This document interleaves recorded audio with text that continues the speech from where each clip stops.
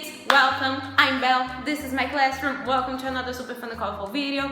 Today I'm gonna be talking to you guys about some ways to motivate your students and to keep them motivated, because that's something really important in the learning process, and that's something that it has been talked about a lot, but most of the tips that I've seen, they are not very practical, especially for the everyday teacher life, which is not easy, and you don't have a lot of time to spend like preparing things beforehand. So these are some very practical tips, and they work very well on the daily basis. So I have some tips for you guys, but before we start the video, please make sure to subscribe to my channel. I put a new video every single Friday. My videos are always super fun and colorful. I try to bring the realness of the classroom, especially when teaching children,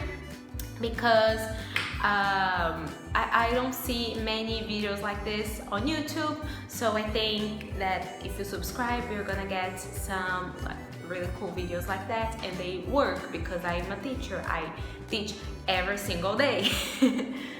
So they work for me, and I think they're gonna work for everybody. Yeah, subscribe. Click the thumbs up, click the bell so you receive notifications every time I post a video. And without further ado, let's go into the video.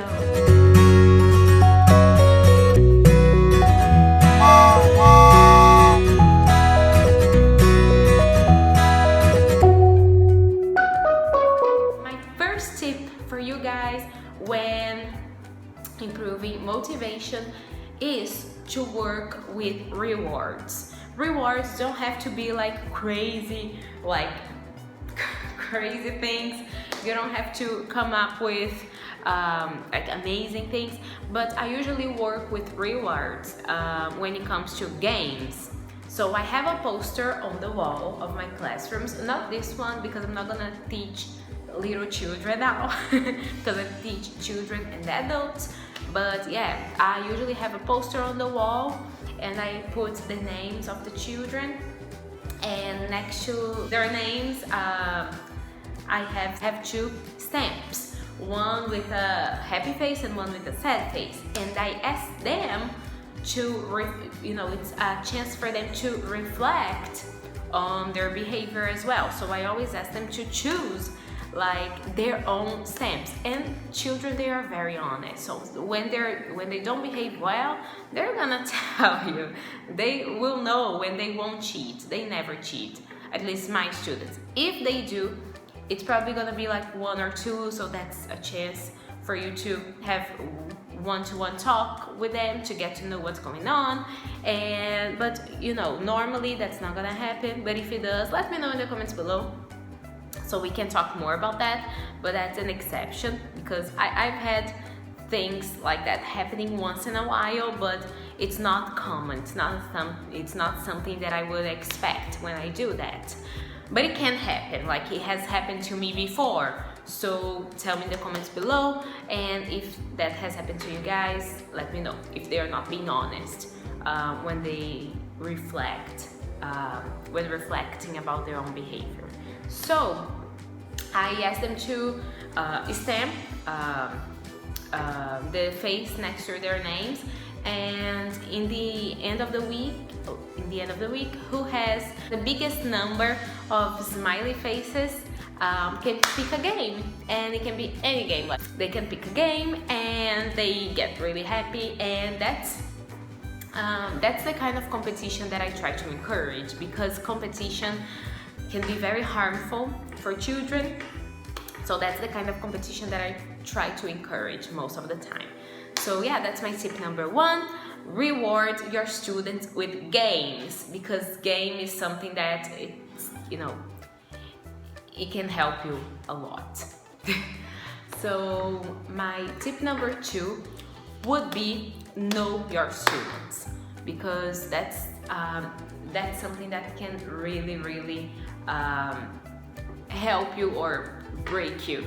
If you have the kind of students that they don't really like music, for example, then they're not gonna be interested in that. But if they like comic books or heroes or things like that, superheroes, so that's something they're gonna be interested in. So you have to get to know the type of students that you have, and that's really, really important also to create rapport. I'm sorry, my nose is running a little because I'm sick, but yeah.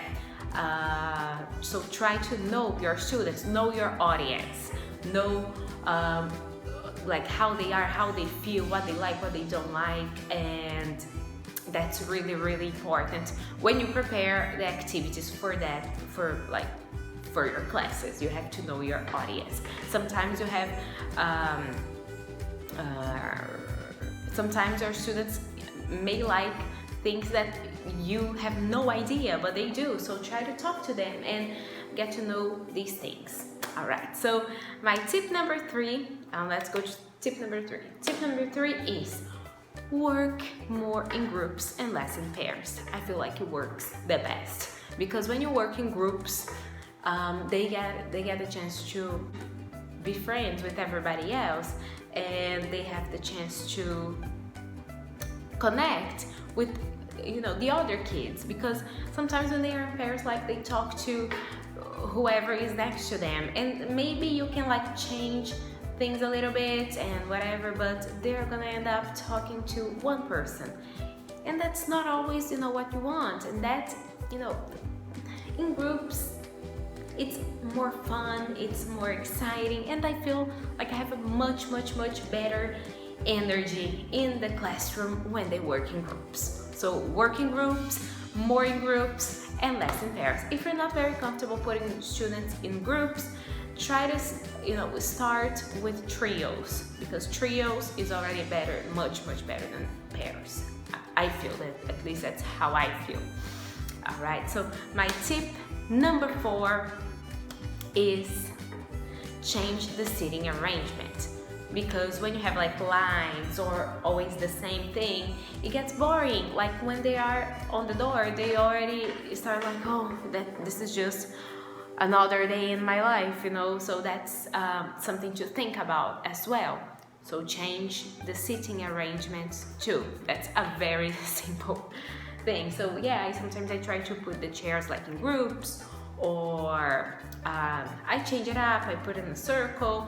And sometimes I don't even have chairs in my classroom because I know, a little crazy, but that has happened before, and that I feel like you don't need to have the same seating arrangement every single class. That's just boring. Like, remember when you were a student and you got to the door and you saw something different inside the classroom, and you were like, wow, like, I'm excited, what's gonna happen today? So that helps to increase their curiosity. All right, so my tip number 5, and I feel like this is the most important one, and it's taken for granted most of the time, but it's like, I feel like it's the most important one, is spread excitement. That I can't stress that enough. Like, I can't stress how important that is. It's so important. If you are excited, your students are gonna be excited too. So always spread excitement. Be excited, jump around, run around, smile. If you don't smile, if you don't have like a happy energy around you, they're not gonna be happy either. So what's the point, So you have to be excited. Like when you teach a song, you have to like the song, otherwise they're not going to like it. So you cannot make your students like something if you don't like something. That's the best, the most important one. I feel like people just take that for granted. Like, I'm gonna just smile around and but then no, jump around, be excited, be spread energy wherever you go. That's like the number 1 tip for keeping students motivated. These are my 5 tips to increase students' motivation, because when you keep students motivated, like, nothing can go wrong, I feel. Alright, so that's it for today, guys. Please, please, please make sure to subscribe to my channel. I put new videos every single Friday. Subscribe, click the bell, that helps me a lot. Give this video a thumbs up, and don't forget, I know that a lot of people were requesting me to make a video on songs, and I've been working on that because it's hard to remember some songs, but I've been like making a list, and whenever I remember a song, I write it down.